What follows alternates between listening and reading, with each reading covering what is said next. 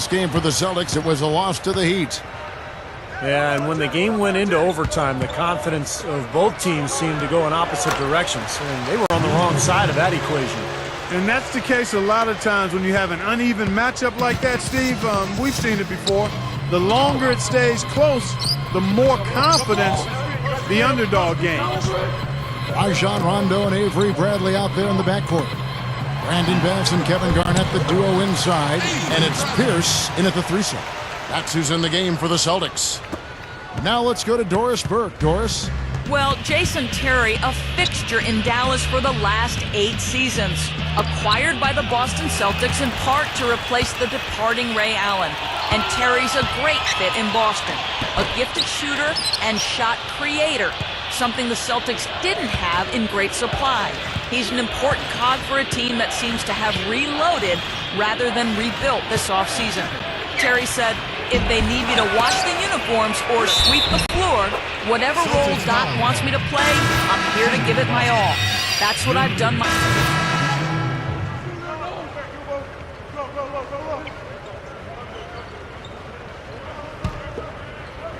Second quarter of play with almost 3 minutes gone.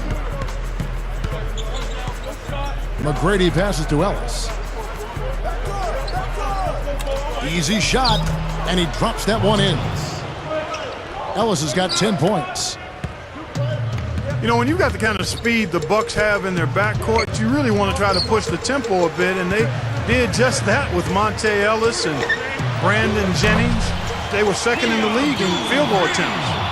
Shooting lots more threes here in the second. I'm not sure if that's going to work real well here. They probably are better off getting something inside. Rebounded by the Celtics. Now, it would have been fun to see him pull it off, but, you know, you really need the points here. Just put it in the basket. And it's out of bounds to the Bucks as Milwaukee retains possession. Well, for the Bucks, the problem had always been finding points. Now playing a little quicker with those two speed merchants in the backcourt, attacking more, and they seem to have found, I think, Steve, a little bit of balance. Well, they've always been a defensive-minded team under Scott Skiles, Kevin, so I think they're looking for that balance. They're looking for that offensive firepower. They've got that quick backcourt you mentioned with Brandon Jennings and Monte Ellis.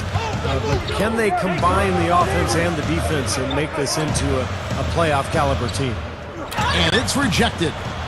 Another board for them, and they've got a huge advantage in that regard.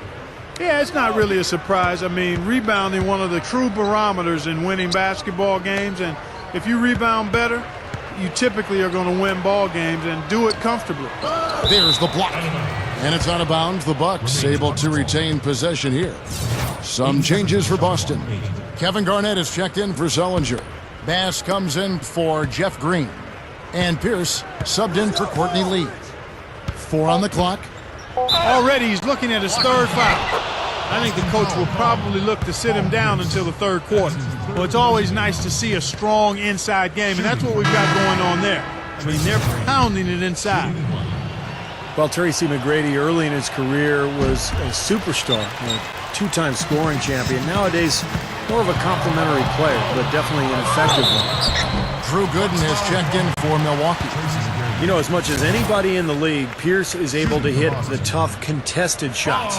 And I think that's because of his strength and his skill level and his ability to knock defenders off balance before rising.